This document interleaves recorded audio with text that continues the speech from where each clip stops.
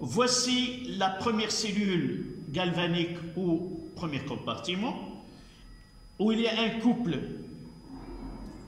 Voilà, celle-là c'est rouge. Je dois, vous voyez, je l'ai mis quelque part et c'est produit. Je dois la frotter ici.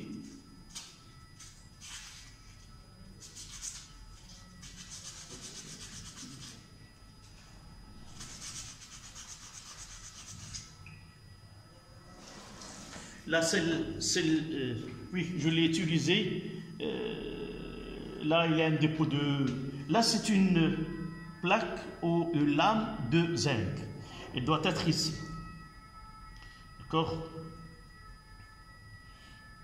Je dois... Voilà. Là, je dois avoir la lame de cuivre. Voilà, la lame de zinc. Il doit être accroché sur le bord. Voilà. Je dois avoir une en cuivre. J'utiliserai celle-là. Mais celle-là doit être, la surface doit être rigoureuse. C'est-à-dire, elle ne doit pas être brillante. Tant que la surface est rigoureuse, الصفيحة يجب أن تكون خشنة. إذا كانت لامعة فالتحول التفاعل لا يحدث، وبالتالي هذا علاش غادي نستعمل الورق هذا.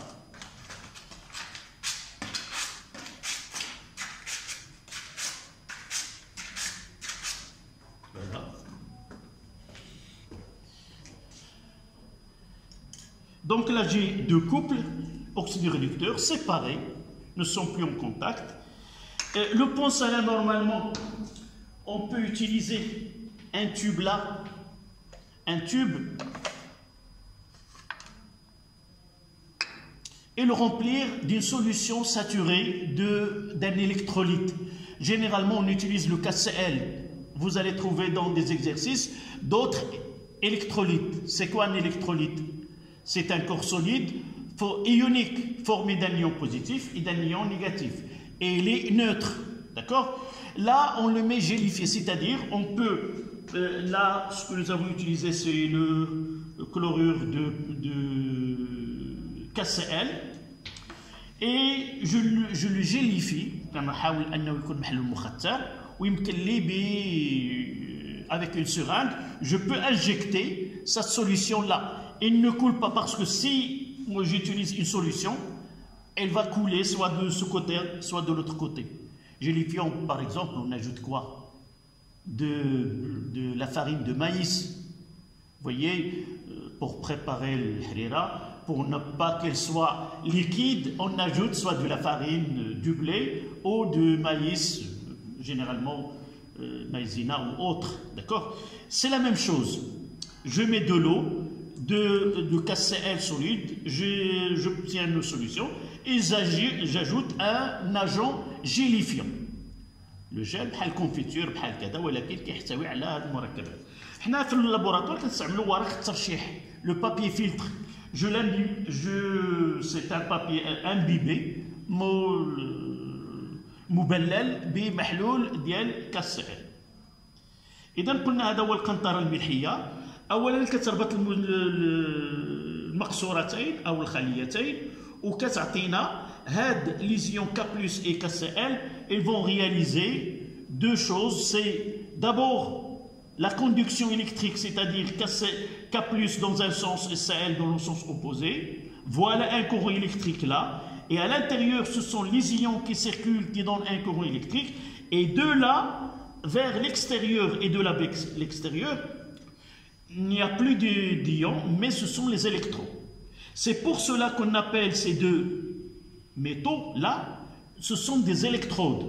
Une électrode en physique, en chimie, ça veut dire c'est un élément qui est capable d'assurer la conduction électrique entre une solution électrolytique où il y a des ions et une partie du circuit où il y a des électrons.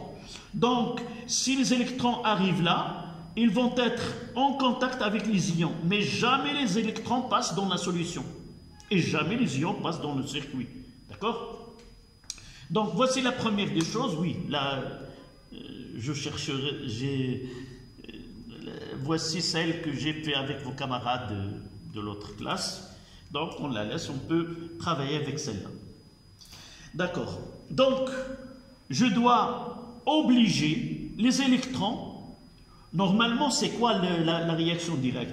C'est Zn, elle va donner 2 électrons et passer à Zn de plus. Et ces électrons vont passer directement, si je mets là, ici.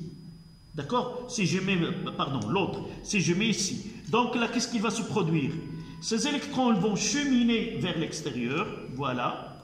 Je mettrai un pince ici. D'accord? Et de ce côté-là, la même chose.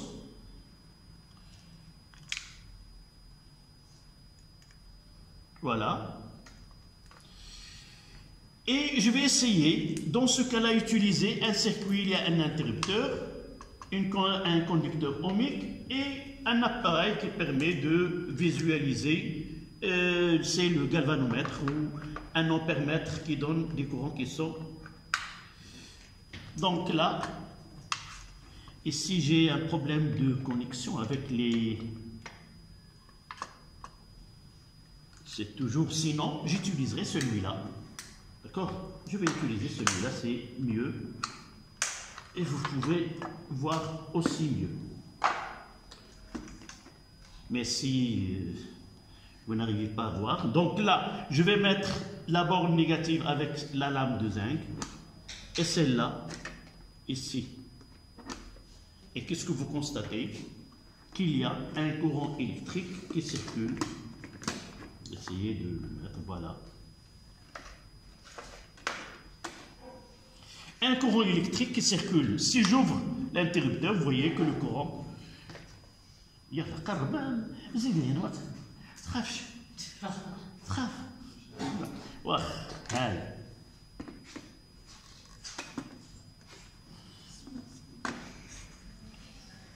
ça fait d'abord quelque chose. Voilà. Je ferme le circuit et vous voyez, voilà le passage que nous avons dit tout à l'heure direct.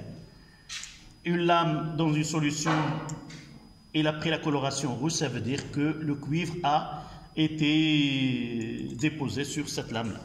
D'accord? Donc, revenons à notre pile. Donc, qu'est-ce qui se produit? Là, Zn, elle va donner 2 électrons. Ils ne peuvent pas passer dans la solution parce que la conduction dans les solutions s'effectue par les ions. Donc, Zn de plus passe dans le bécher et les électrons passent ici, là, et de l'autre côté, il vient ici et ce produit, les ions Zn de plus vont être, les ions qui sont en contact avec la lame de cuivre, elles vont gagner 2 électrons, elle va produire un dépôt de cuivre sur la lame de cuivre. Avec le fonctionnement, donc, si on veut faire le bilan massique de ce que se produit ici, au cours de temps, la masse de l'électrode en cuivre, elle va augmenter de masse, et la masse de zinc, elle va diminuer de masse, elle va être rongée. صفيحة الزنك سوف تتآكل بينما كتلة صفيحة النحاس سوف تتزايد. ناخذ مثال هنا بصفيحة هذه الصفيحة ديال عمود دانيال. عمود دانيال لاحظوا أن خلال الاشتغال فهناك تآكل ديال الصفيحة، عفوا هذه ماشي ديال هذه الصفيحة ديال عمود لو كلونشي. عمود لو كلونشي، هاد الصفيحة هذه تتآكل، يمكننا نشوفوها من هنايا، تتآكل خلال الاشتغال ديالها. Donc c'est pour cela, vous voyez que dans les piles, celle du Daniel, on utilise une électrode qui est de masse très grande. C'est-à-dire, pour ne pas freiner ou se faire arrêter le fonctionnement de la pile, de fait de la consommation de zinc. Même les piles, celle-là, ou celle que... là, c'est le zinc. Parfois, il est rongé et nous trouvons qu'il y a un liquide dans la place où on met les piles. Ça veut dire que là, il y a le pile, le zinc a été consommé. D'accord? Voici la première des choses. Donc, un courant électrique, et ce courant électrique peut allumer, par exemple, une petite lampe, une diode. Donc, il y a de l'énergie électrique dans le circuit. Si nous essayons maintenant de voir quelle est la différence de potentiel aux bornes de la pile. Donc, je vais essayer d'utiliser un voltmètre. Et là, nous connaissons, là c'est la borne positive. Ici, je dois avoir un autre, le voici. Oui, je dois essayer de... Là, j'utilise le calibre 3 volts parce que ça ne dépasse pas 1,1. Cette différence de potentiel dépend de la concentration et de la température. Il y a des facteurs. Donc, je vais le mettre ici. Je dois m'assurer que le courant il est continu, là. Et vous voyez qu'il y a une tension presque 0,6 au lieu d'avoir dans les conditions standards avec on aura 1,1 volt. Essayons maintenant d'ouvrir le circuit et vous voyez lorsque le circuit il est ouvert, là l'intensité de courant il est nulle, mais la différence de potentiel entre les bornes qu'on l'appelle dans ce cas-là la FEM, la force électromotrice. Un générateur d'une façon générale, il a deux éléments caractéristiques, la force électromotrice E et la résistance interne. Là aussi, il y a une résistance. Nous pouvons étudier cette pile-là comme vous l'avez fait en tronc commun, tracer la caractéristique et à partir de la caractéristique, on peut déterminer la résistance de cette pile. Mais généralement, les constructeurs de piles que vous voyez là, ce sont des exemples, jamais ils ne donnent la résistance interne. Ils nous donnent quelques informations. La plus, c'est la force électromotrice, c'est la tension à vide lorsque le circuit est ouvert. Par exemple, celle-là, c'est 1,2. Celle-là, c'est 9. Si un constructeur nous donne la résistance interne, il peut nous donner un élément qui va juger sa pile. Plus R est grande, plus il consomme de l'énergie. C'est-à-dire de l'énergie, elle est perdue sous forme de chaleur dans la pile elle-même. D'accord? Voilà, donc la force électromotrice, là ce que vous voyez, mais lorsque je ferme, vous voyez que la tension chute un petit peu et un courant électrique circule dans le circuit. Maintenant, le fonctionnement, dites-moi ce qui va se produire. D'abord, on doit qualifier le pôle positif et le pôle négatif, parce que dans un générateur, on mettra plus et moins.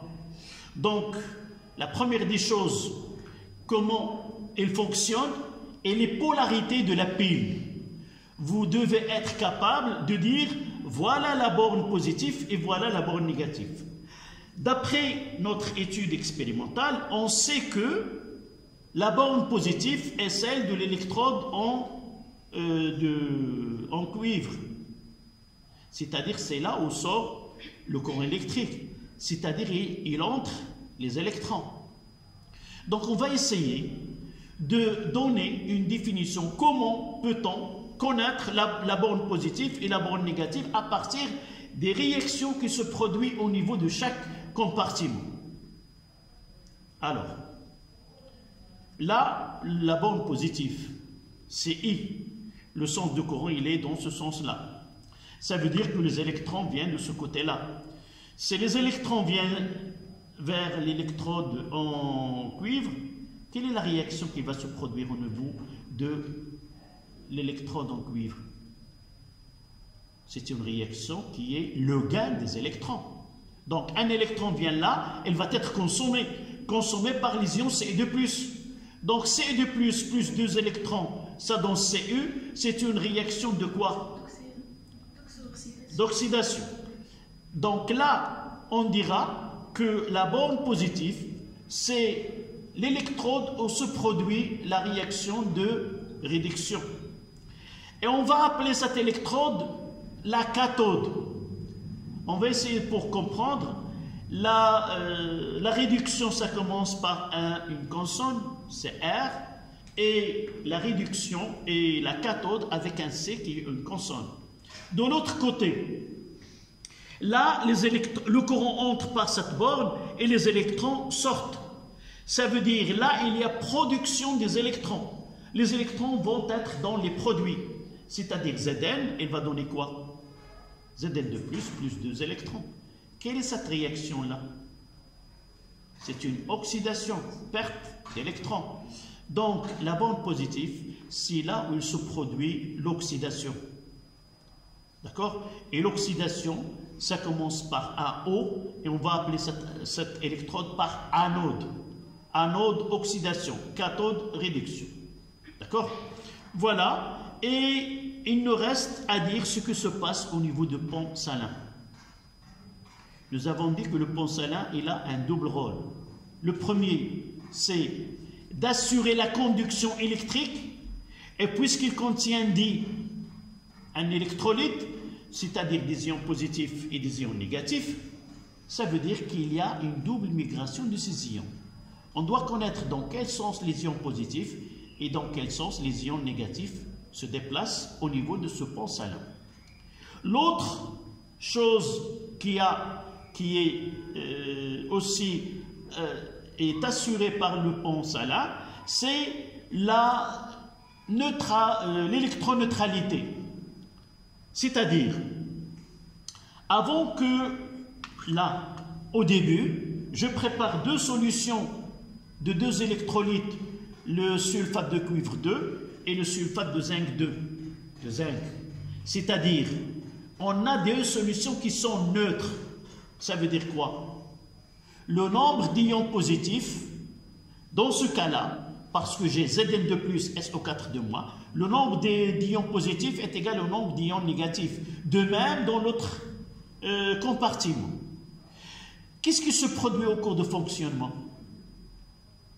Est-ce que cette électroneutralité, cette neutralité est toujours conservée dans le fonctionnement? Vous voyez que les ions SO4 de moins ne participent pas. Leur nombre reste le même, celui que nous avons au début. Mais au cours de fonctionnement, il y a production de quoi? De Zn de plus. Et là, il y a consommation des ions Ce de plus. Donc, au cours de fonctionnement, cette neutralité n'est pas réalisée, n'est pas conservée, n'est pas respectée. Donc, d'abord, quel est l'impact de cette violation, si vous voulez, de la neutralité? C'est qu'au fur et à mesure, lorsque les ions Zn de plus se forment, le nombre des ions Zn de plus augmente de façon très grande, elle va influencer l'ionisation de Zn, c'est-à-dire la production de Zn de plus, elle va diminuer au cours de temps. C'est pour cela, si j'utilise K plus Cl-, K plus, il va passer ici. Chaque ion Zn de plus se forme, chaque ion Zn de plus se forme, il doit être accompagné de deux ions Cl-. Donc, les ions Cl- passent dans ce compartiment pour réaliser la neutralité électrique, c'est-à-dire un Zn de plus doit avoir deux Cl-, et de ce côté-là, il y a consommation de Ce de plus, il va passer quoi? K plus va remplacer la diminution de la charge positive. Et chaque ion Ce de plus consommé nécessite l'apport de 2 K+. Et de cette façon, on parlera de fonctionnement de la pile. C'est un processus au cours duquel il y a une réaction chimique qui se produit au niveau des électrodes. entre deux couples oxydoréducteurs sans qu'il y ait un contact direct entre les deux. Cette conduction est assurée par le pont salin qui joue le rôle de la neutralité électrique et de la conduction électrique. Voilà ce qu'on a dans cette partie de fonctionnement. On va essayer de donner partie par partie. D'accord? Y a-t-il une question? S'il y a, on l'aura par la suite.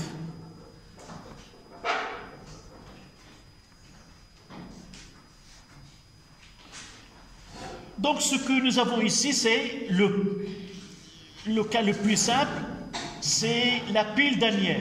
Donc à partir de la pile Daniel, on va discuter le fonctionnement de la pile, d'une pile électrochimique. Donc vous mettez une phrase avant de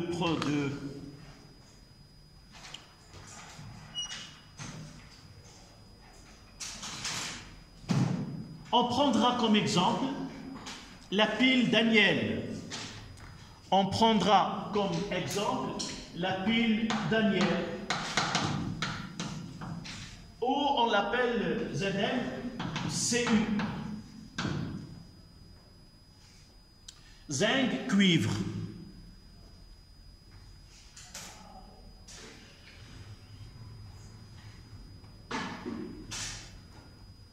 On va faire ce schéma que vous avez vu juste un moment.